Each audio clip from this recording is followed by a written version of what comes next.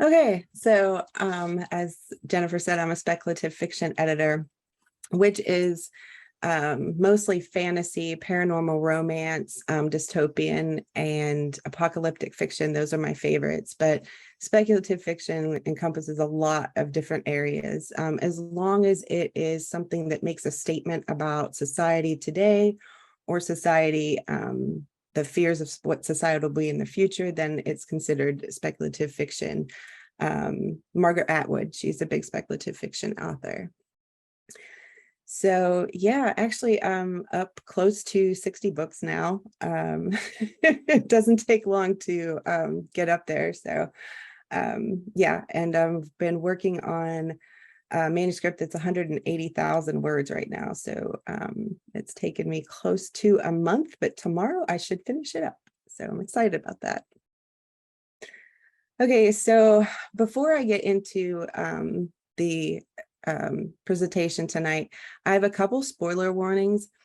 I use Pride and Prejudice, A Few Good Men, and A Song of Ice and Fire. So some of those things will be given away. So I'm going to warn you when they're coming up in case you haven't read them. So the developmental editing round is all about the big picture. So developmental editors make comments and suggestions based on how the enhancements can be made to improve the reader's experience. Like any other round, we look at it from a reader's perspective. So what are these big picture items? Well, there's point of view and tone, who's telling the story and how they're telling it, message. It's not necessarily the theme, but what the author is trying to say about the theme. We look for realistic and relatable characters, effective character arcs. We assess how the character grows and changes through their experiences and make sure that that is working. And the plot, of course, is the structure of the story, but that can involve moving chapters around and scenes around for better flow as well. Pacing is another thing, how fast or how slow, not just the scenes are, but the story on a whole. We look at the cliffhangers and chapter hooks, those things that make you want to turn the page, and we make sure that those are effective. So the last thing is world building, and that involves anything from apartment layouts to alternative planets to character traits and even to the belief systems of certain characters. So tonight we'll be discussing three major through lines, which are character arcs, plot, and world building. So we're going to take a look at character arcs first. These arcs are the character's growth and journey throughout the novel, and it involves wounds, wants, and needs. The main character should have an inner wound, and that inner wound sets up their wants and needs. So at the start, they shouldn't know what they need, and they should only strive to get that. But it isn't until, they should strive to get what they want, but it isn't until they get what they need that they heal that inner wound. Their struggles with trying to get what they need should actually go through most of the story. So only when they actually figure out what they need and get it will they heal that inner wound. So that's the big journey. Now, childhood wounds are usually the deepest, so they work the best. Main characters, side characters, and the antagonist should all have a growth arc of some kind. There are two main options with this. The positive arc, where they change from good to bad, maybe seeing the error of their ways, or the negative arc, where they can take a downturn. Most readers will enjoy the positive arc. It's what they're used to, but the negative arc can work just as well. Sometimes that negative character arc is used for the main character in a series. So book 1 will have a negative character arc, and then book 2 and 3 will have a more positive one. So here's your spoiler alert for Pride and Prejudice. In this book, Elizabeth and Mr. Darcy are enemies at the beginning, but both characters have a positive arc. Their deep wounds cause them to be prideful and prejudiced against each other and their class. and they both feel that they're right. So what they want to do is actually convince the other person that they're right and the other one is wrong. But through their conversations, conflicts, and situations, they grow to accept each other and a new way of thinking, and that's what they need. So they end up loving each other and getting married. This is one of my favorite enemy to lover books. A lot of people scoff at that theme, but it is actually, it does work, and it worked a long time ago. So here's your second spoiler alert, A Song of Ice and Fire. It's possible to have a more complicated arc than just positive or negative. We can have it be both. Maybe the character's been traumatized during their childhood and their teenage years, and it's only when they become adult that they find out what the truth is and they get that childhood wound healed. So maybe the antagonist finds out they've been lied to or on the wrong side of things. For example, Theon Greyjoy, he has an excellent character arc through the books. He went from being a selfish, immature teen to a ruthless young man and then to a supporting hero. Now, granted, this was over a long series of books, but his character arc had to work in each book. So it had to have that thread line through the whole thing with why he was the way he was, what he actually thought he wanted, and then what he needed was in order to join the others and help. So when we edit, we're looking for those deep wounds that need healed, and their want should be clear. And their wound should hold them back from getting what they want through the whole book or through the most of the book. And then they only heal by figuring out and attaining what they need. So a comment is going to need to be made if a wound or a want or need isn't clear or possibly missing. There are manuscripts that have them missing altogether. So these things, we just leave a comment for the author because they have to address that. We can't actually make a suggestion too much other than to say this needs to be more in the forefront, or you're missing this, or clarify it. So next we're going to talk about plot. I want to stress that what I present here is not a full plot structure. That would take way too long to cover, but these are... I'm sorry, Kristin, can I interrupt for a second? Yeah, what's wrong? No, I was going to say, I don't know if anybody wants to have any questions now or hold them all towards the end. I just wanted to open the floor just in case, since that was a lot of info with the character stuff. I jotted down a few questions, so we'll have time at the end for sure, but I just wanted to pause for a second. Sure, go ahead.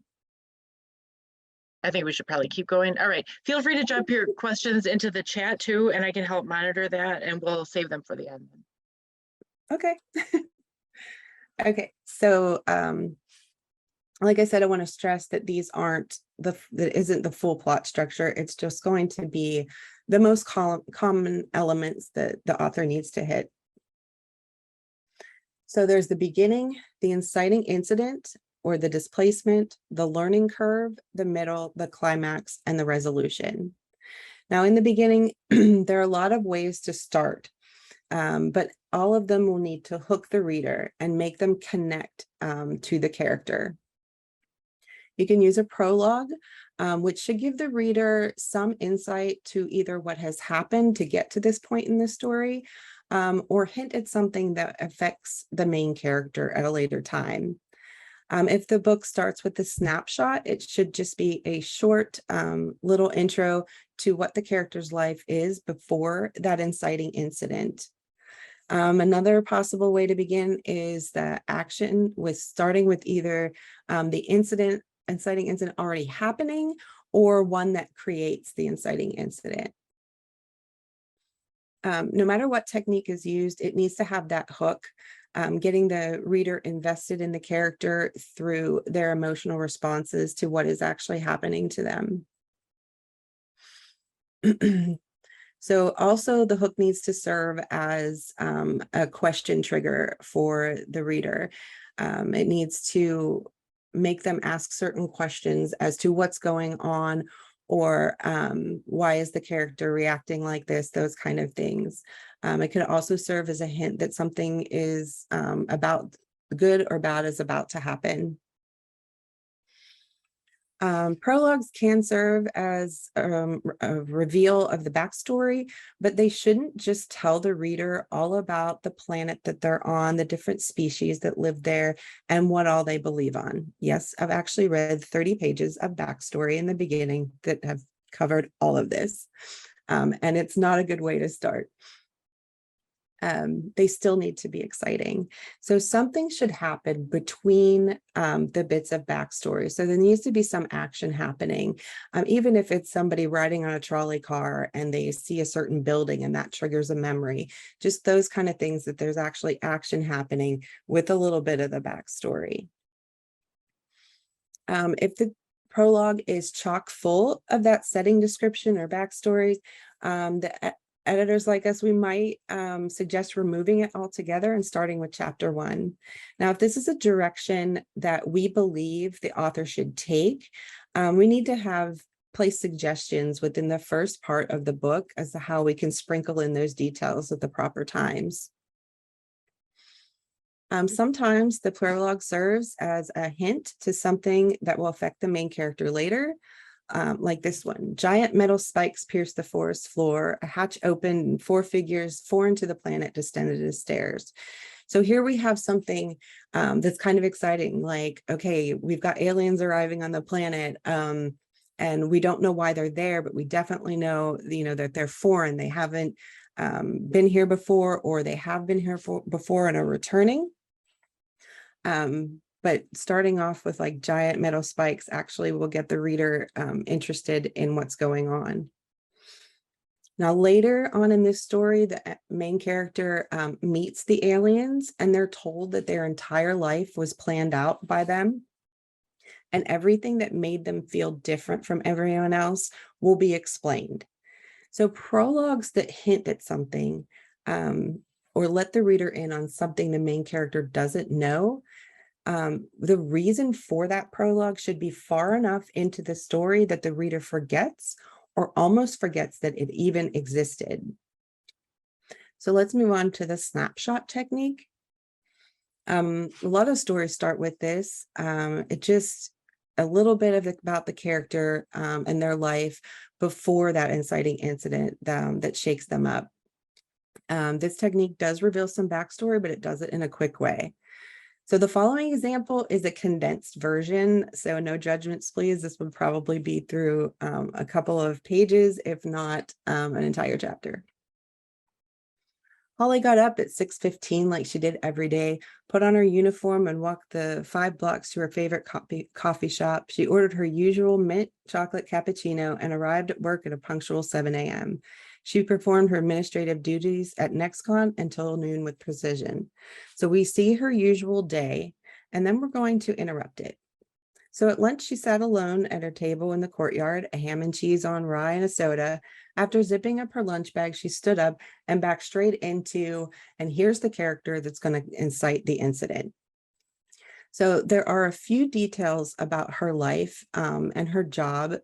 We just get little hints of them, though. We know she's punctual. We know she's efficient. She likes routine. Now, the specifics of certain things like her apartment or her neighborhood, like her walk to work, and the details of her job can be filled in later, but only if they're important. If they aren't important, they don't really need to be in the story. So if it doesn't affect the main character in some way, like their outlook on life, then it doesn't really need to be in the book. An action way, that's the way I like to start most of mine, and speculative fiction usually does. We can start in the middle of a gunfight or possibly with the inciting incident. Maybe the main character's in a sword battle. So the questions the reader is gonna have with this are, who's the main character? So we need to establish that. And their emotional reactions to being in a fight, those should be established. This might lead the reader to ask, why are they fighting this particular opponent? How did they learn these skills in the first place? Who started the fight? And is the main character good or bad? So whatever the technique we use, it should have that great hook to pull the reader in. So something that's a little surprising that'll make them ask questions. And the more questions they have, the more they're going to read the book in order to find out the answers. If there's a lot of backstory in the beginning, prologue or chapter 1, we try to suggest starting the book closer to that inciting incident and then fill in those details later. If we use a prologue, we need to make sure that it's still exciting. And if it's used as a hint, that it's far enough away that when it becomes relevant, that the reader forgets or almost forgets it happened. Now, the snapshot of the character's life, like I said, that reveals a little bit of the backstory and hints that something will happen soon or actually have it happen quickly. If it doesn't, a comment is not going to need to be made, and possibly a thought on how we can make the reader more interested. Usually we need to add a little bit of emotion so that we can bond, or so that the reader bonds with the character. This can be as simple as suggesting to change the first sentence or two in order to show those emotions and spark questions. So the next plot point is the inciting incident. And this is where the main character is pushed into an entirely different situation. It should be life-changing and shake the main character and their view of the world to the core. If it isn't big enough, then the entire book is going to suffer and readers' expectations are not going to be met. This incident should be something that they haven't dealt with before so that they can take actions and make decisions that they've never had to in their lives. Maybe the character moves from the country to the city. Maybe they lose a parent, enter or graduate high school. Maybe an asteroid hits their backyard and the contents within changes them forever. Whatever the genre, the inciting incident does need to be as big as possible. So recently, I read a story where the main character got their fourth magical ability, and it was the first book in the series, so it didn't really feel drastic enough since they had already known how to handle 3 other magical abilities before this one started. So when editing, we need to ask if that big event, if the event is big enough for the character to make decisions and take actions that they haven't before. If not, we leave a comment and possibly a suggestion on how to make that incident larger and more impactful. Now onto the learning curve. Sorry about that. The learning curve is where the reader gets into a lot of the fun. It's after the main character gets thrust into their new reality. This is where they need to learn about their world and about themselves. So as the character learns, so does the reader. There should be a lot of ups and downs and trials and errors in this section. So let's say you were to suddenly have light rays shooting out of your eyes. I mean, that's something you'd need to get a handle on, right? Okay, well, same goes for the characters. They're going to need some time to adjust and learn about how to control it and things like that. If the main character inherits a bed and breakfast, they're going to have a lot of things to deal with, like the loss of that person, legal matters, running a bed and breakfast, which of course they haven't done before. So they need to figure that out.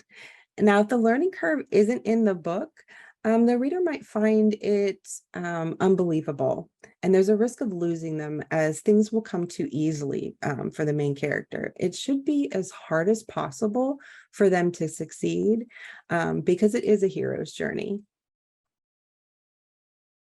So when editing, if you notice that the characters don't know how to perform a new skill from the start, then suggest that the author reconsider this and think about how the character can learn to master it over some time. It's the trials and failures that should build up until they achieve these beginning goals. These trial and errors, it creates a more believable and exciting story. We also assess the length of time spent on the learning and mark where it feels too fast or too slow for a character to learn a new task or overcome an obstacle. We mark where these scenes can be added or deleted to give the author some direction, but we don't actually do it ourselves. These things are difficult to fix.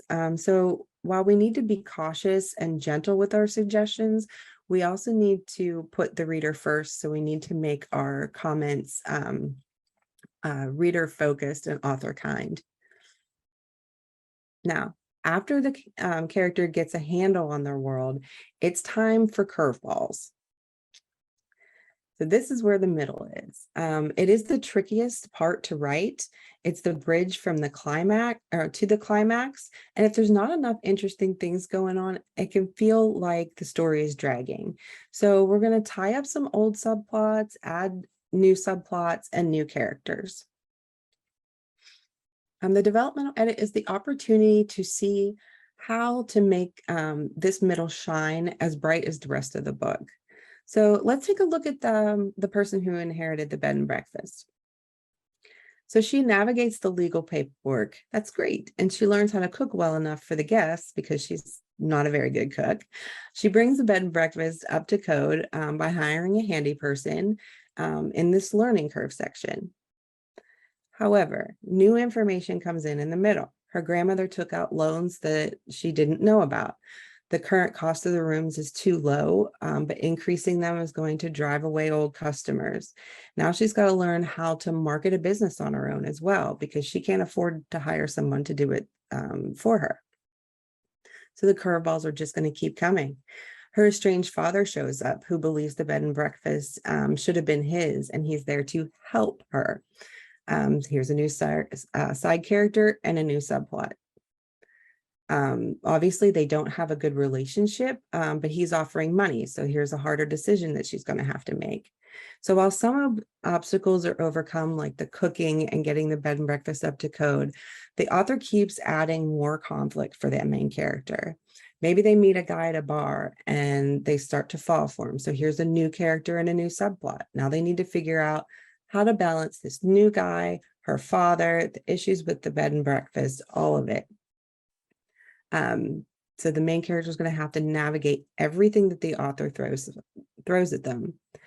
Now, new subplots and new characters do keep the reader interested and wanting to find out how everything turns out, but it does need to tie into the main plot as well. If you notice that the middle is too slow, suggest tying up a few subplots or adding more conflicts and new characters, but make sure the suggestions are congruent with the main plot, so how they would tie into it.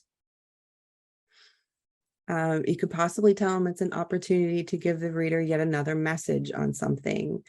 Now, on the flip side, if you notice that there's too much going on, too many characters and subplots that aren't tying well into the main plot, there will be some tough suggestions to make, possibly advising cutting out scenes, subplots, and even characters. So that's another place where we have to be very author kind, but reader focused. Now we're going to move on to the climax.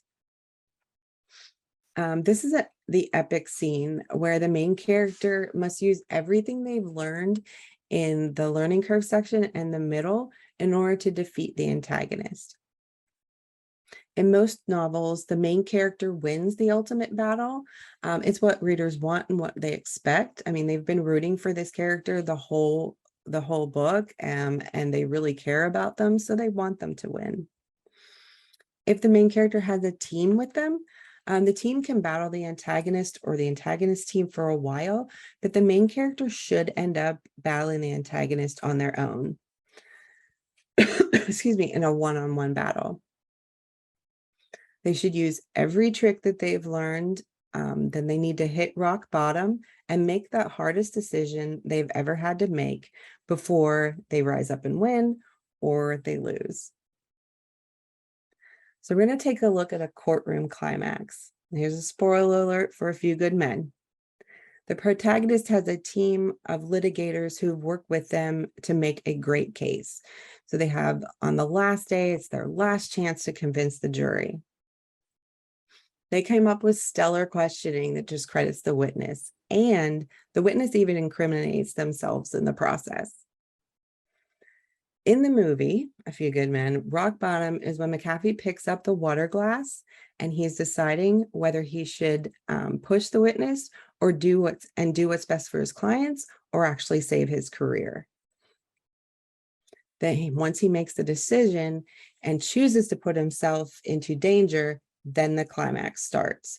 He's using everything he's learned through research and interviews, through his team, through getting to know this man in order to get to the point where the witness actually does incriminate himself and get arrested.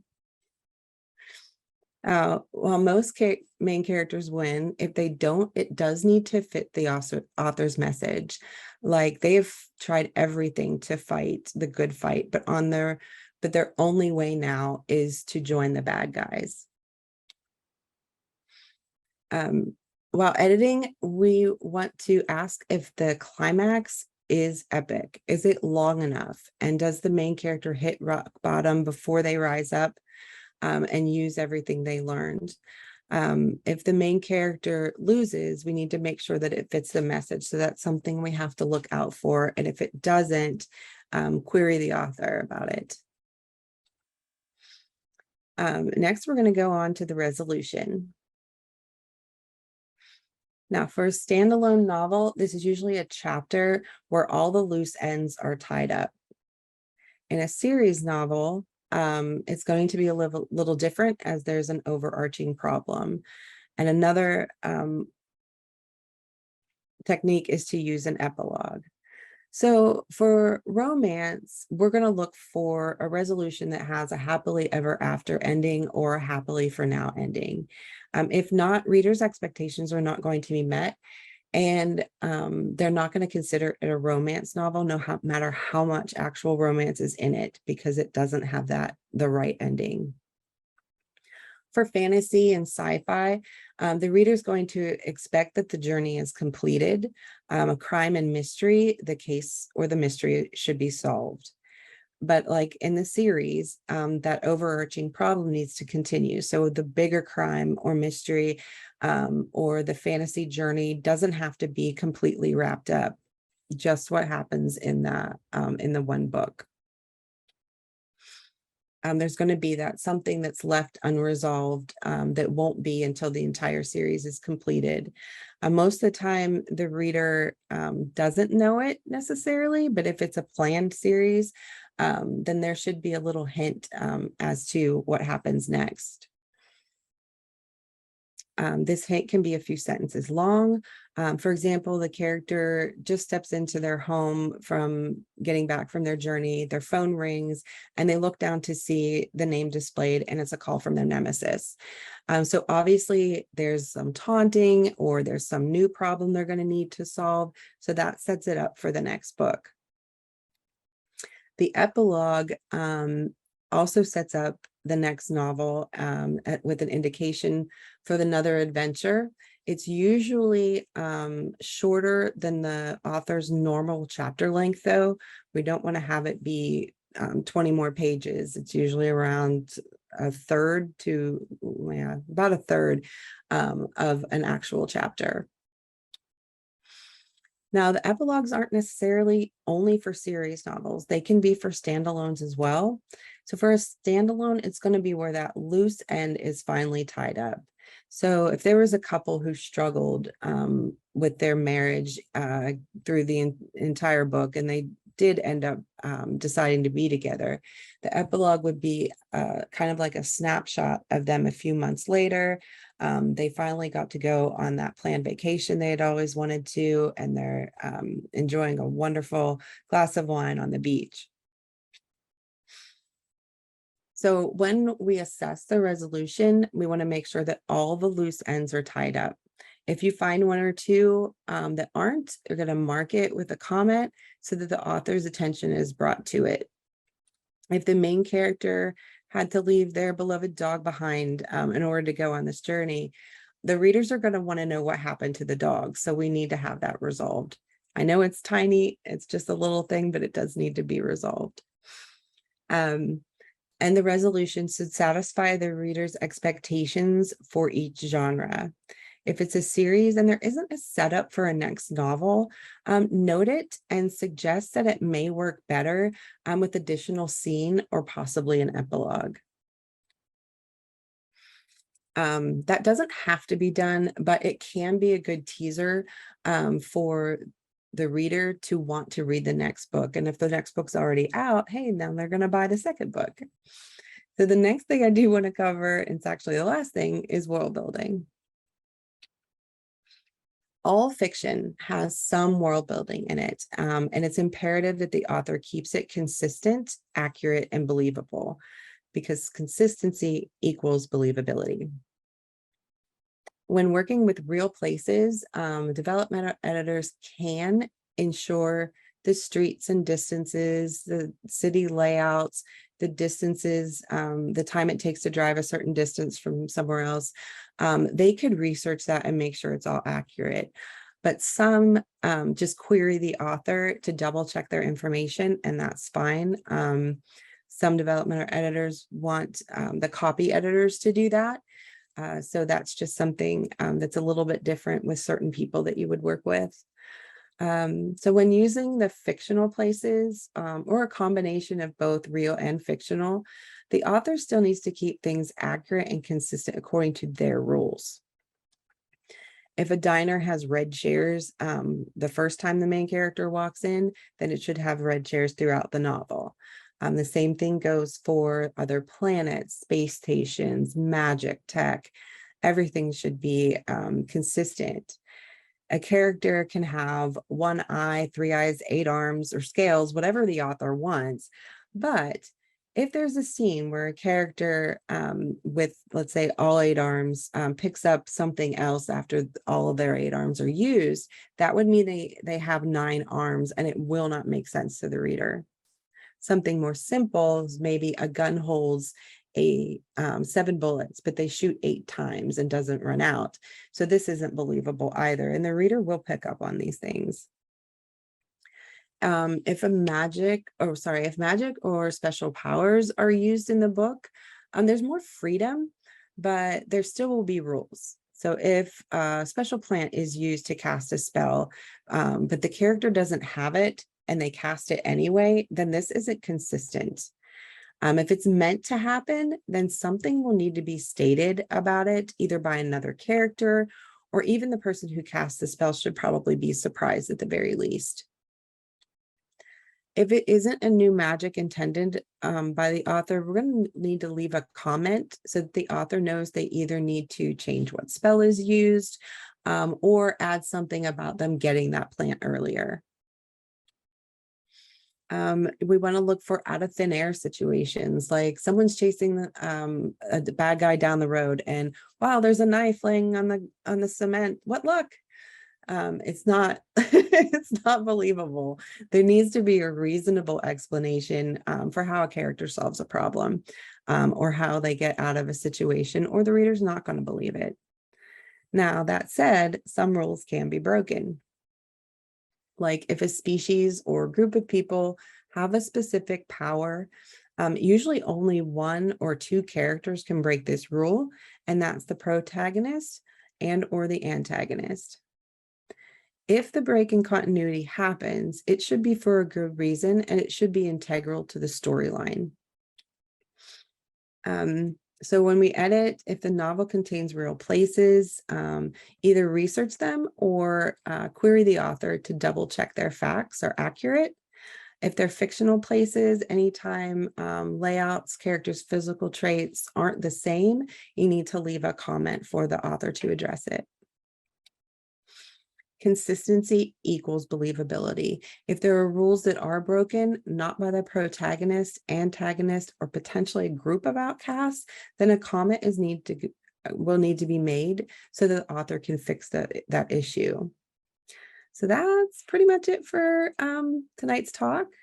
I hope you enjoyed and learned a lot about character arcs, plot, and world building.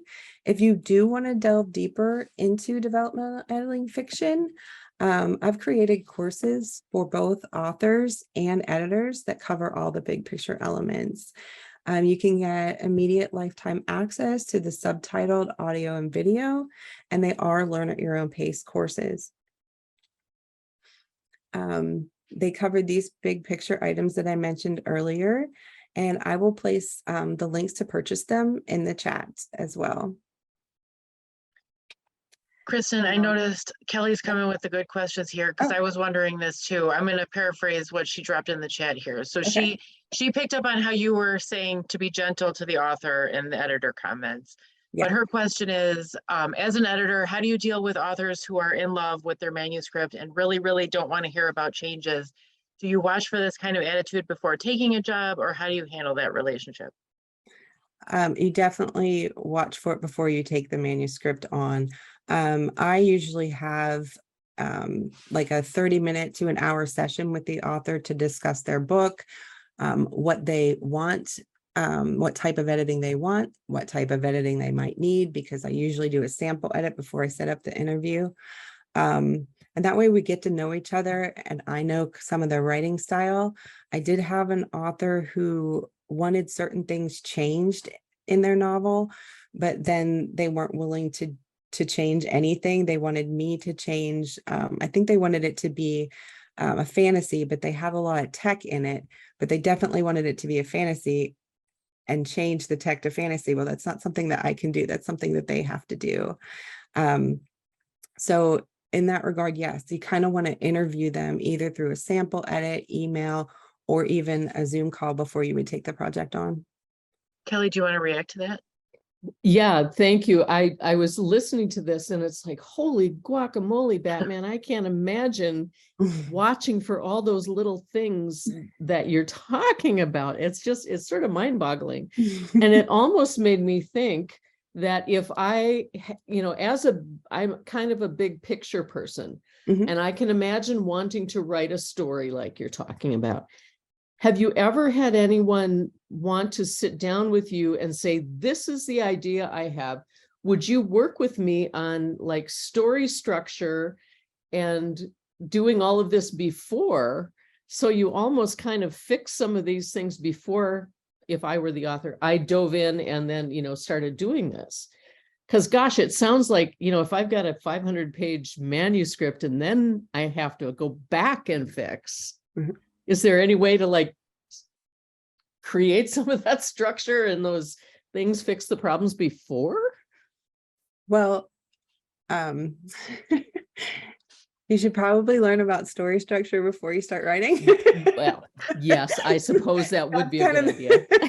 That is something that you should know, although not all authors do that. You're right, they just Julie. sit down and they're like, okay, I'm just going to write.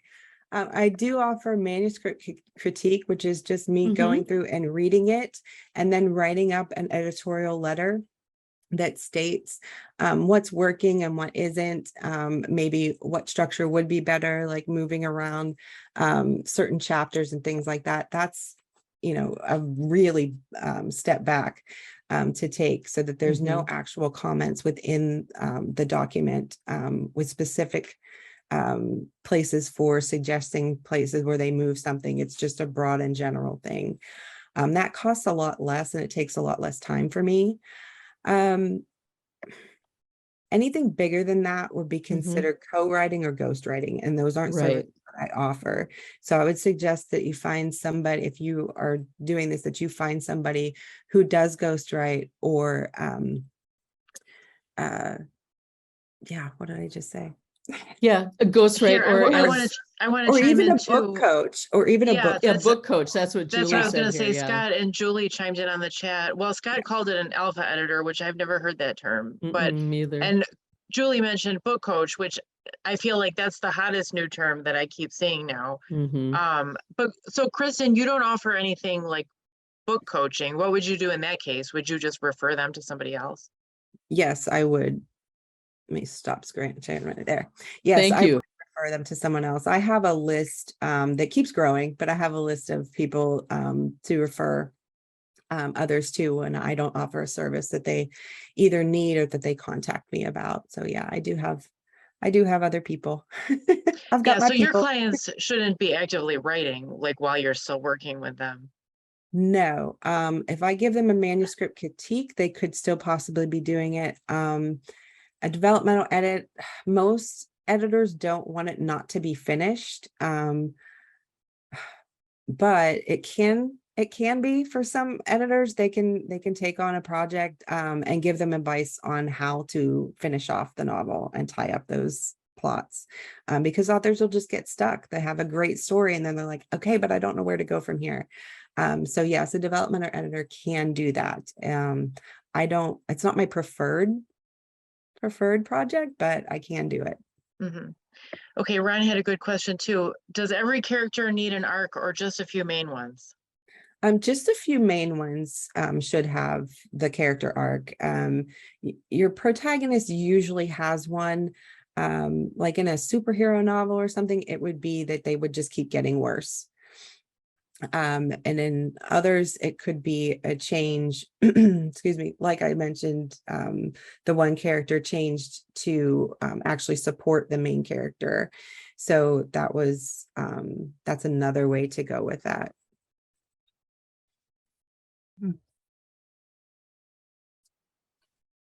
Anybody want to chime in with any questions?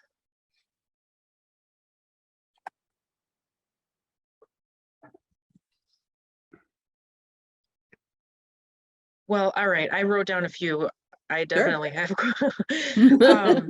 Sure, I can know you- it was a lot of information, but I wanted to get Was. 3 topics in there. Yeah.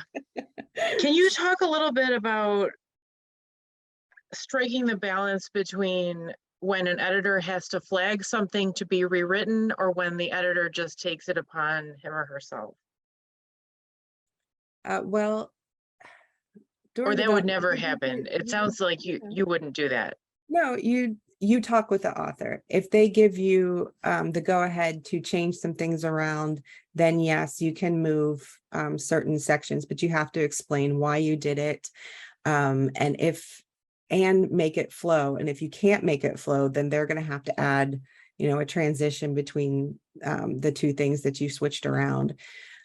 So yeah, it's a little more difficult to do that, but yes, if the author says you can do that, then yes, you can. A line edit would be more of rewriting the sentences and possibly paragraphs. That would be a heavy line edit, but really not too much moving around other than maybe a paragraph before another. Did I answer your question? Yeah. Okay, Patricia says, how do you find the right editor for the genre you are writing? One of the best ways is to go look at the EFA. That's the National Society for Editors. I think it's Editor Freelancing Association, I think that's what it's called. And they have a giant list of editors, and you put in the search query the type of book, so nonfiction or fiction, and then fantasy, what kind of editing you're looking for, so developmental, line, or copy, and then hit for that search, and then it'll bring up the editors within that, and you can search for them, and then you just reach out and contact them through email and ask them, if they could do a sample edit for you, and here's what your genre is and a little bit about what it's about. So if they're interested in the project, then most of them will be willing to do a sample edit for free.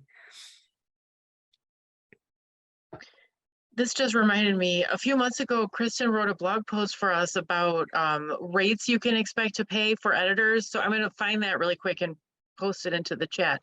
But in the meantime, Ron asks, do you edit for spelling and grammar at all? How could you resist fixing other book elements? I'll tell you, it is difficult. During the developmental edit, though, you really do step back and just look at it as more of a whole. And you really don't worry about it. You can always in your editorial letter say, hey, I noticed that there wasn't a lot of sentence variation. You started out with subject verb quite a bit. Maybe you want to add a little more variation to your sentences, but really you don't do that during a developmental edit. Now during a line edit, you do that stuff as well. What I personally do is try to get it as close to the copy editing phase as possible before I even hand it back to the author. That's my goal always, is to get it as close as possible. So yeah, I will fix grammar and punctuation. Sometimes not capitalization, because if the author goes back and forth between them a bunch, I'll just query and say, hey, you got to decide, and then stick with it.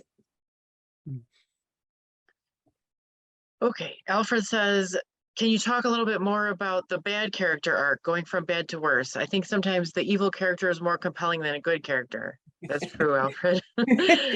I can't say that you're wrong there. I do like a baddie character arc. Yeah, so they would start off being the antagonist, and that's all well and good, but they are, let's say they're going after the main character for a specific reason, like they killed their father, or they think they killed their father. And at the end, they don't just want to kill them because they killed their father, or they think so. They now want to go after their whole family, their whole village, because the main character destroyed everything that they had. So it actually takes a downturn to make them more determined to do harm to the main character by attacking other things, bigger things that surround them, to utterly destroy them instead of just kill them. Those kind of character arcs. Is that enough, or do I need to try to go deeper?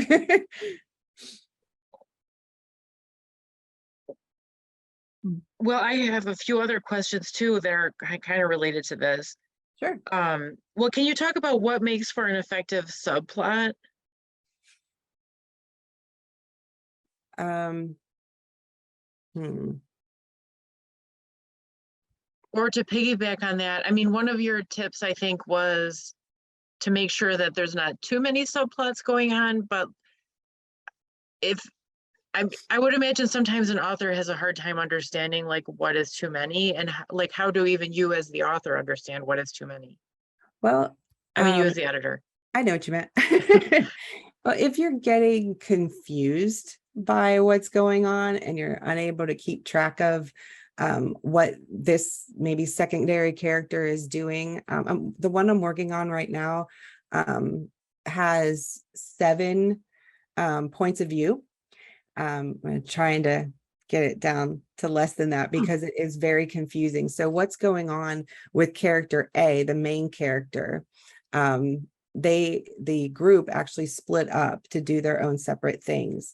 So all of those things are now coming back together to achieve their common goal, but they had to go and collect other people and other items in order to beat the antagonist. So those subplots have to tie in. Now, like I mentioned, this has too many points of view. So I'm going to have to explain to her that she needs to cut down on those and leave the reader hanging on some of them. So there's actually 4 main characters. So those other 3 don't really need to be, we don't really need to know their perspective.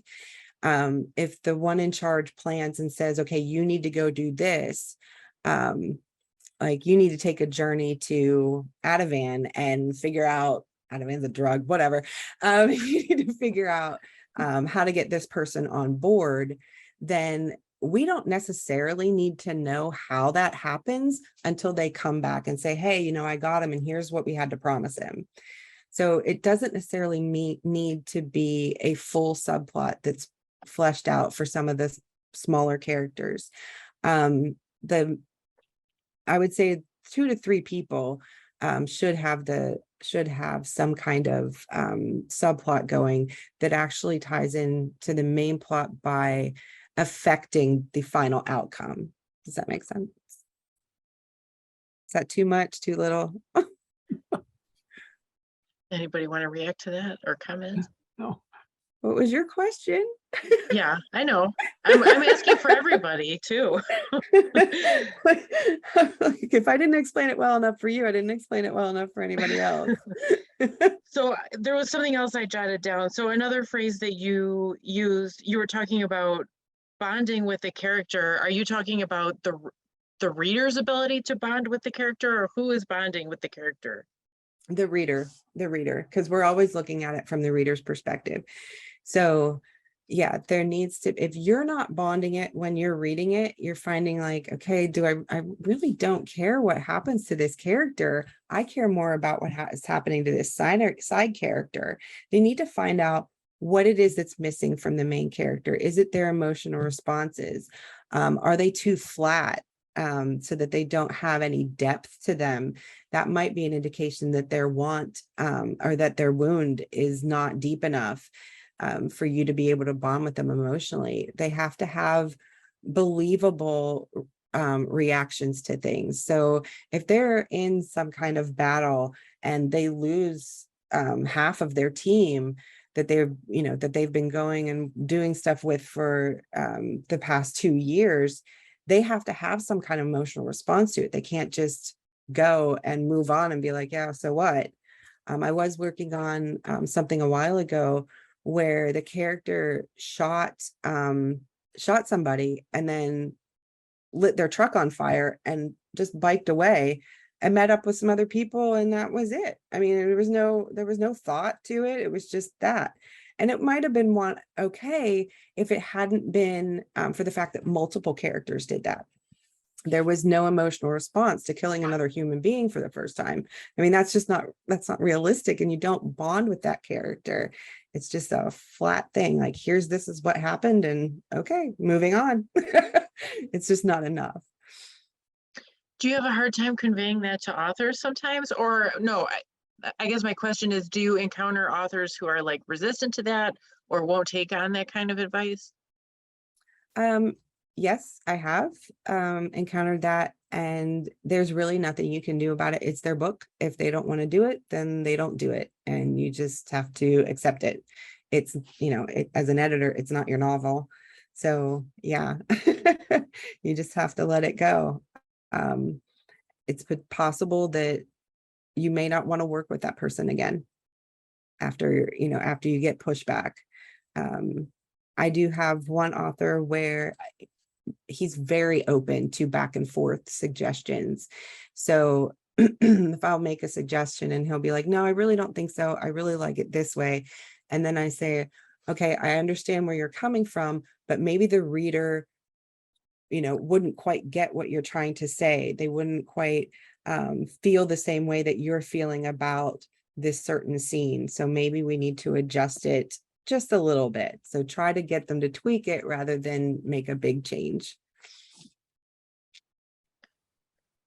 Okay, Alfred is asking about historical fantasy novels. How much research should the author do to make sure what he or she is saying is historically correct? But you're saying historical fantasy novel. I don't know if you can speak to that at all, Kristin. Yeah, I can. You need to make sure your history is accurate.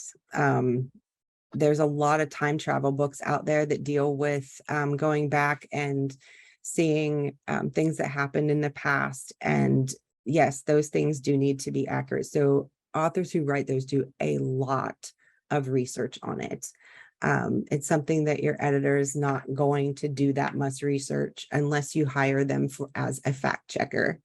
I do not have fact checking services. I am one of the developmental editors who does fact check certain things. So if somebody takes off from New York and flies to India, then I will check the flight times and make sure they're accurate. But I'm not going to check if this street turns onto this street back in, the 1700s, or if this building was actually there at that time. That's not something that I'm going to do. Mostly the author does that. And the reason why so much has to be done is because the reader will pick up on it, and the reviews are going to be bad if it's not accurate. It's very unfortunate, but the readers are so critical. They're so critical. Yeah, even in a fantasy, they'll still be critical about the facts you get wrong. There was one guy I worked with way in the beginning of my career, and he had some kind of weapon in it that on my research, it looked just fine, but he got slammed by one of the readers. I mean, they went off on a rant about how this guy didn't know anything about these types of weapons, and that's not how it worked. And I was like, this dude's a military author. I'm pretty sure he's got a hold on it, but what I found was fine. And I assumed since he was in the military that he knew he would know his weapons. So yeah, you get bitten by that. And it's rough. Yeah. Yeah, you can write down your own historical version of what happened. Yes, but if you're within certain bounds, you still have to have the realism there. So like I said about specific places actually being there, I mean, your whole story could be about magic and special powers, or even aliens. Your whole story could be about that. But if it's set in the past, then certain things are going to have to be accurate. Maybe it's set in Venice, and only certain parts of Venice were actually built when you set it in there. So you're going to have to pay attention to what buildings you reference or the construction that you reference, and make sure that at the date you're saying it happened, that it's that building wasn't built or being built at the time. Oh yeah. Yep. Yeah, that's on the Ron's science comment. and quantum relativity. Oh my gosh, I had this author who it was interdimensional travel that happened, and he was going through some of these scientific things, and it wasn't really detailed, but I was like, oh my gosh, I totally have to find out whether this is even accurate. I researched for 4 hours before I emailed him and was like, I can't find I cannot find any of this. And he's like, oh, I should have told you I made that up. I was like, yeah, you should. Oh, no. Oh my gosh. Well, Yeah. Ron, what about your case? Did the reader eventually say, okay, you got it right, or what? Yeah, actually, he did. I was Yeah. totally Well, what, you have relieved a when he doctorate said in that. that, don't you? But yeah, I mean, people especially check science fiction, and whenever you actually drop into something which is actually science, people go to crazy to try to prove you wrong. Yeah. Yep. It's really sad, but it's like they want to get one over on you. Just like, it's a story. But actually, I had to spend tons of time when I was writing it just to be sure that it was all accurate too. Yeah. Triple yeah. checking the numbers and all sorts of stuff like that. Oh, definitely. I survived. Writing myths and legends. You could write your own myth that doesn't have anything to do with any other myth, although I would find that difficult. You could definitely have your own myths. Now, if you're basing your mythology off of one that already exists, you do have some freedom, but there does need to be some consistency within it. So like fairies, for instance, that's a Celtic myth. So you might want to look up and at least just get a basic knowledge of the Celtic myth in order for you to pull from it and alter it for your purposes. So yeah, you can pull off myths and that's fine, and you can change them. I can't even imagine how many times fairies, vampires, werewolves, all that stuff has been altered. And that's the author's take on it. So that's fine. I can't imagine trying to do a myth from scratch though. Wow.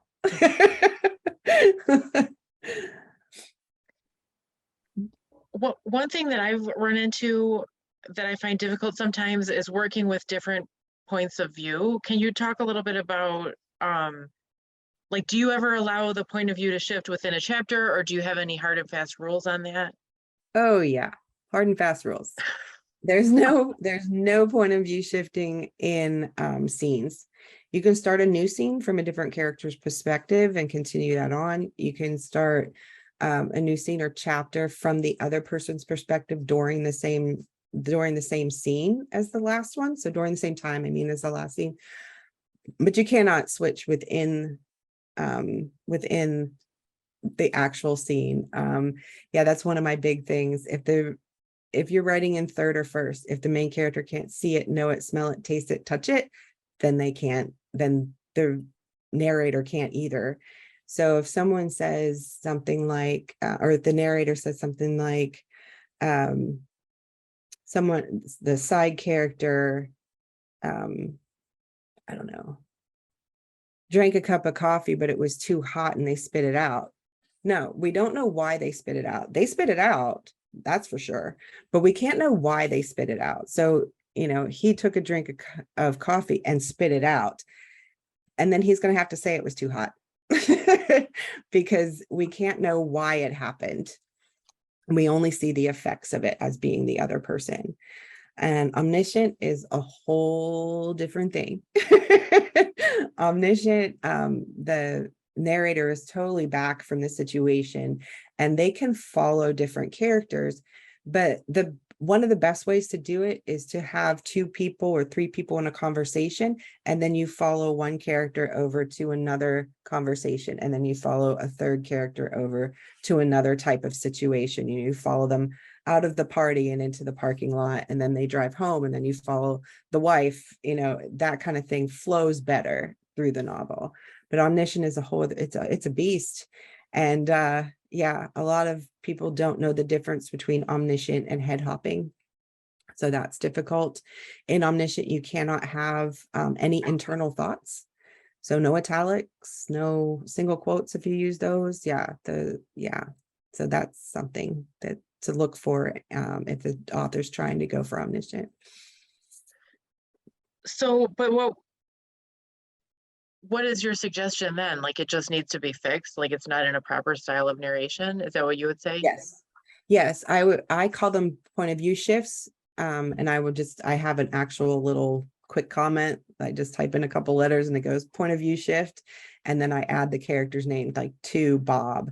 Or if it's omniscient, it's POV shift to omniscient, because there are times where I just delete it if the flow will be the same during a line edit. That is, if the flow will be the same, I just take that line out because it's usually just a one-liner, or even like part of that one sentence. The example I used with the coffee, it was just part of the sentence. He spit it out because it was too hot. We just get rid of the because it was too hot. So yeah.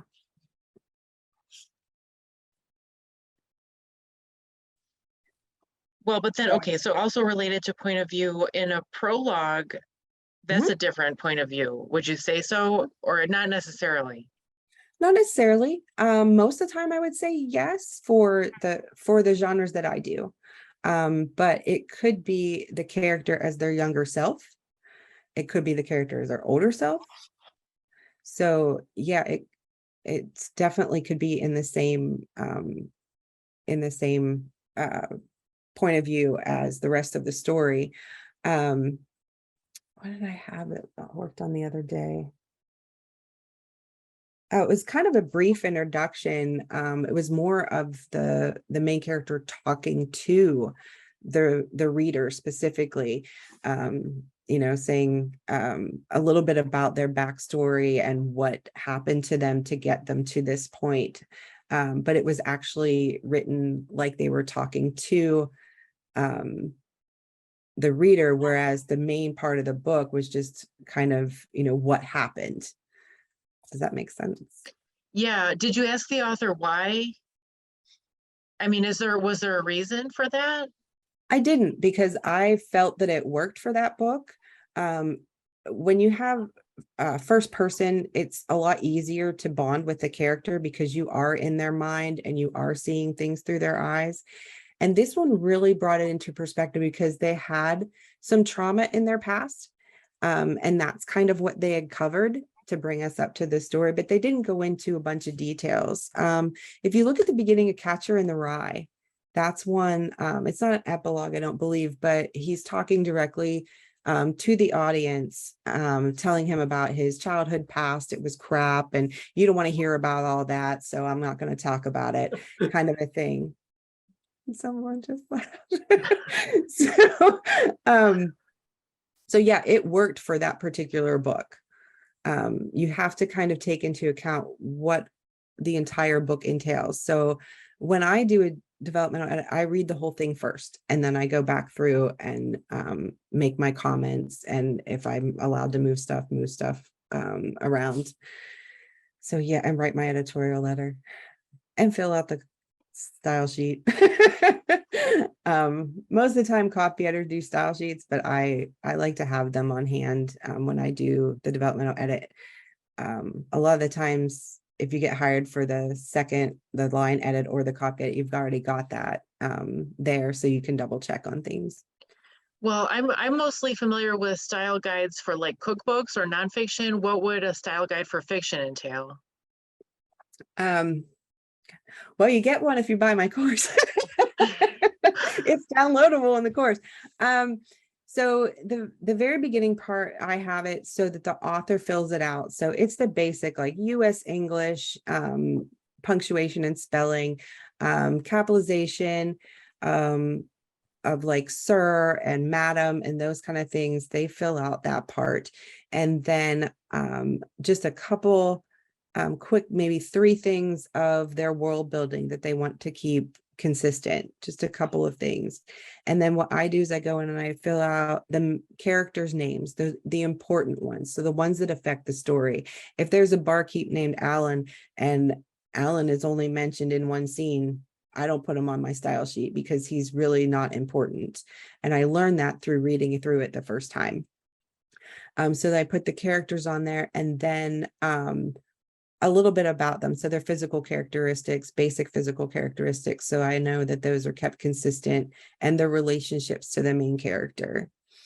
Then I go through and put places. So the buildings, the cities, if it's a different geography that's like blue water, or not blue water, but like purple water and a purple sky and those kind of things, then I put those on there as well. And then there's the items that are magical, plants, what they do, and those kind of things go on. And at the very bottom, it's where words are spelled or jargon is used. So it might be something like a widget, but a widget in this world means something else. So I'll put that in there. And their spelling. I have one author that instead of having all right be one word, it's all right, meaning being 2 words, and there's nothing wrong with that. So I just put that on the style sheet as that's the way she likes it. So yeah, there's a lot that goes on to one. I'm actually training a developmental editor right now. And I basically let her free on the Hunger Games and said, go wild, tell me all the themes, keep track of all of this stuff and everything. She kept track of almost every character. And I was like, oh, that's too much. You did too much. I was like, I obviously wasn't clear. You did so much. Wow.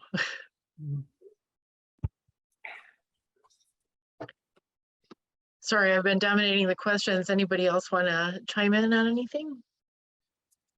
I'm sorry. I know it's difficult to absorb everything. I really wanted to make 3 main points. And the problem with that is the plot is so long. The plot's so long. So yeah, that section is, is quite a bit to try to get into 45 minutes. Yep. What would help me again, Kristin, is so when you get the manuscript, you said you read through it once. And then I know when I was in the movie industry and I would break down a script, I would break it down. I would do a character breakdown. I would do a location breakdown, like that. Do you sort of do that? Do you sort of break down the manuscript for some of these things that you talked about, the plot, the this, the that? What's your sort of workflow, I guess? I don't actually break it down. There are people Okay. who do. There are people who have an entire plot map where they actually put a board up and do all of that stuff. I don't do that. Yeah. Oddly, I can keep it all in my head. So you'd be surprised. I just shocked myself today. There was something I read 2 days ago in this manuscript, and I remembered the exact phrasing so that I could go back and look. I was like, this isn't consistent. So I typed in a word search the exact phrasing, and boom, there it was. I'm like, how did I remember this from 2 days ago? Oh my gosh. But yeah, I've been working on this book for a month, and I remember, what's happened in the very first scene or 2 so that I'm going to know whether those plot things are tied up or not. Okay. I also go through all of my comments once I'm done. So while I'm scanning all of my comments, I can see if this question's been answered and I can delete that.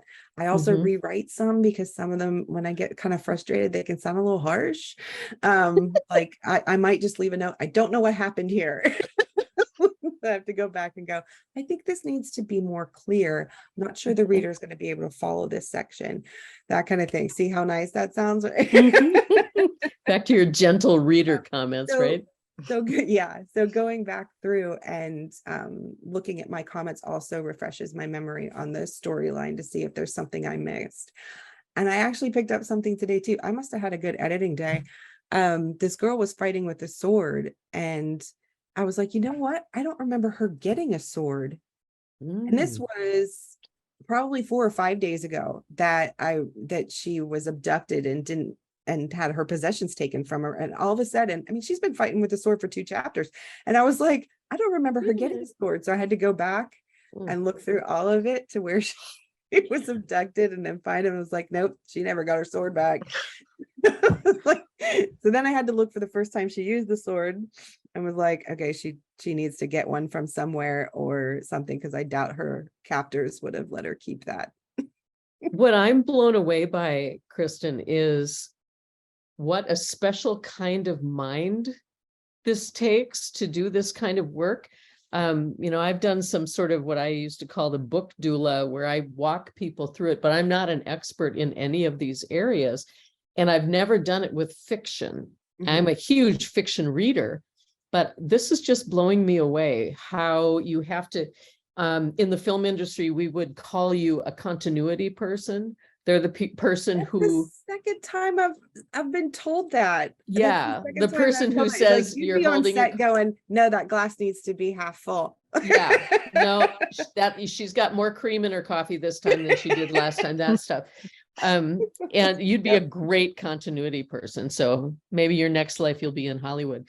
But I would be a terrible continuity person because I'm too big picture. But it's a really, really interesting brain you have, a special kind of talent. Thank you. You have to, it comes from reading critically. So, when I used to read for pleasure, I just read the book and take it for what it was. And then it started to go like, you know what, I was younger, so I wasn't getting the author's message. I was just reading it. And then I started to see their messages. And then I started to look deeper and look further into things. And that's when it really sparked my love for doing this and making sure that the reader's going to enjoy it. Because if I get to a point and I'm like, I don't believe it, I don't believe it, that can't happen, I will put the book on the shelf.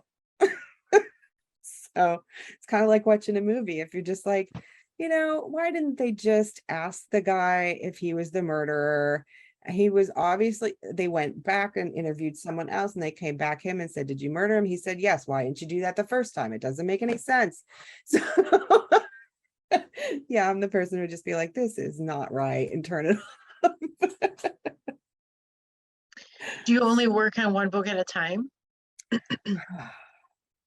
I do right now, but that's not going to be the case in the future. This 180K one has been so stressful, and I feel as though I have to get everything done in this short amount of time. So I've put off marketing, and I've put off social media posting, and it's just like, I need to have a break.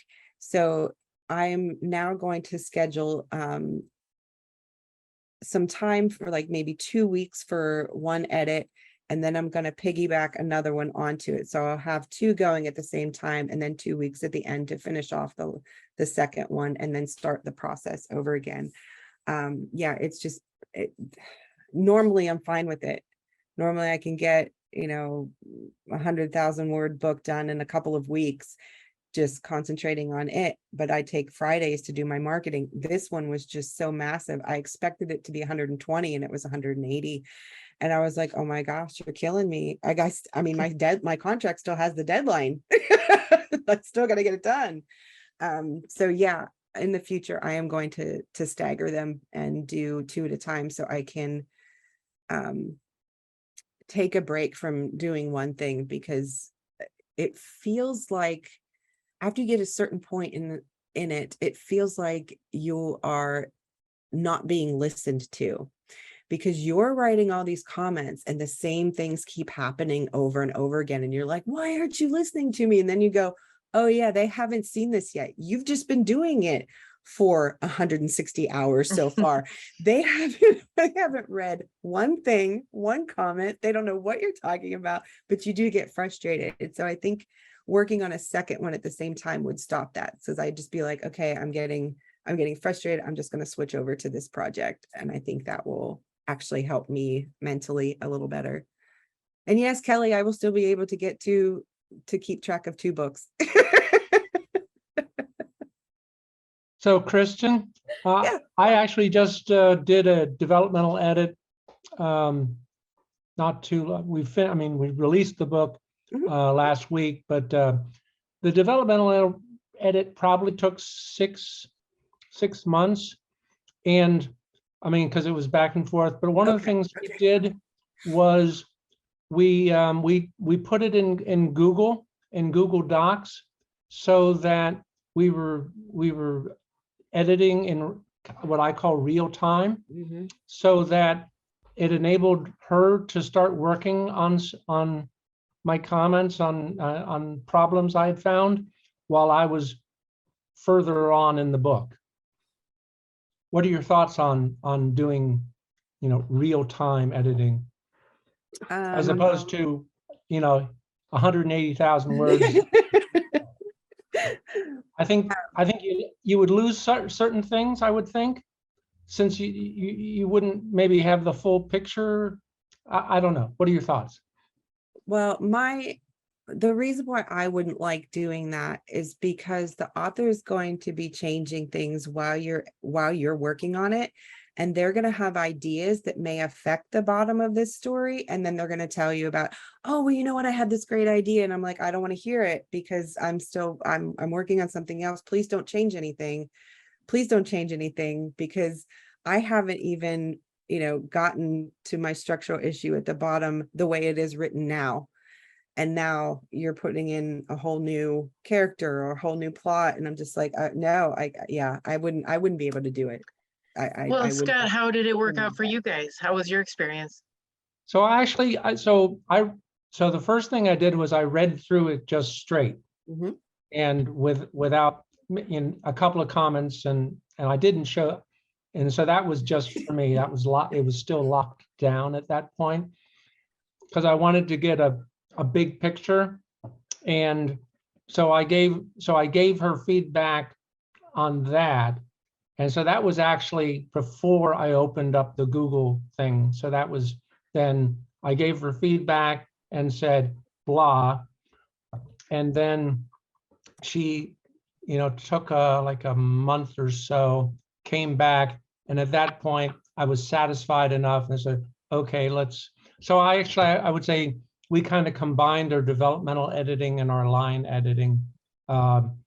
They were sort of a hybrid thing. But it worked. It worked really well because I feel like it really gave her a sense that, her stuff wasn't being dropped into a black box, that, that we were really, working collaboratively almost. I used the analogy that it was like sitting across the kitchen table from each other. And, and sometimes I would see her making corrections because Google shows you when the other person is doing it. And I'd sit there secretly watching her fixing stuff. Oh my gosh. Yeah, I couldn't just accidentally. But it was I don't want the author. It was actually fun. I don't want the author to see what I'm doing. That is freaky. Be like, please don't. I got to rewrite this 3 times before it's going to be right. And it was good. It was a really good experience. It was weird at first, but it became really, again, it was like sitting across the table from each other and just having a conversation and passing. It's like, what do you think of this? Does this work? You could use that word. It's like, so, I don't know. All right, we're almost out of time. I see 2 more questions. Let's do here. Deborah says, how many rounds between you and the client is normal for a developmental edit? Well, uh, it depends on how much work needs to be done. That's the truth. I have sometimes one is good enough. They've written, most of it's pretty good. We just need to change a few things, and then we'll be ready to move on to line editing. And then I have one author right now who I know it's going to be 3 rounds of developmental, because one of the biggest issues is the point of view changes. So we've got to get that figured out and settled down before I could even try line editing it. It's just too hard because I don't know what actions the people would perform. They didn't set up enough habits for me to even guess at what would happen, during a stressful situation. Would they rub their forehead, or would they, play with their hair? I don't know, because I wasn't getting enough. I also wasn't bonding with the character enough, so he needs to add those emotional responses. So that's what he's doing right now, and I should be getting that back on the 13th. And I will read through it again and see what else needs to be improved. In my opinion of talking with this author and having a sample of his edits, I know there's still going to be bigger point of view issues because he's not quite getting the concept. And I do meet with them between each round of editing. So this one's going to take 3. But usually it's just 1 with the authors that I've worked with, although, more can be normal. Like Scott was saying, his took 6 months. Mine's going to take about 2.5 with this guy with the 3 rounds. But yeah, it depends on how rough the manuscript is and if the issues are large. Like if there's just a plot issue where the climax isn't quite big enough or it isn't quite long enough, that's a small change. That doesn't, that's not a big deal. But if the characters want is completely missing from the book, we gotta write most of it over again, adding that want in and trying to get it, because otherwise it's just a series of events that happen. All right, and one last question from Alfred. He wanted to know, what is your favorite novel and why? Oh, wow. Favorite novel? That's rough. Let's see. I really and truly love Gone Girl, and I'm sure there's some people that'll roll their eyes on that. But what I love about it is not just what she says about like abuse and false accusations and relationships and the media, but the words that she uses. There's one in there, I think, where she has a hank of a ponytail. Well, hank of a ponytail normally isn't used. It's, but it does conjure the concept of somebody pulling on her head. And then there's something mentioned about a rope like something else, which would mean, you really think, okay, he's killing her because this is, this is from his perspective and he's using all of these words. Now, granted, it's the narrator, but, it's from his perspective. So he's using those types of words, and it's very leading to believe that he actually killed her. So I find that book so interesting in the way it uses language to convey a hint or a lead into believing something is true. And I really like that. I find that so creative. And I wonder what it actually started out with and how much her editor helped her. But yeah, I really enjoyed that book for those reasons. And her message is really good. Her messages were really good in there about what she was saying about our society and how hard it is for people in the spotlight to either crash or rise to it. So that was cool. Well, thank you very much, Kristin. Thank you for your time this evening. You're welcome. I had a blast. Cool. Yeah. All right. I'll keep the room open for a couple of minutes in case anybody wants to say anything else. But thank you so much, Kristin. Good night, everybody. Bye.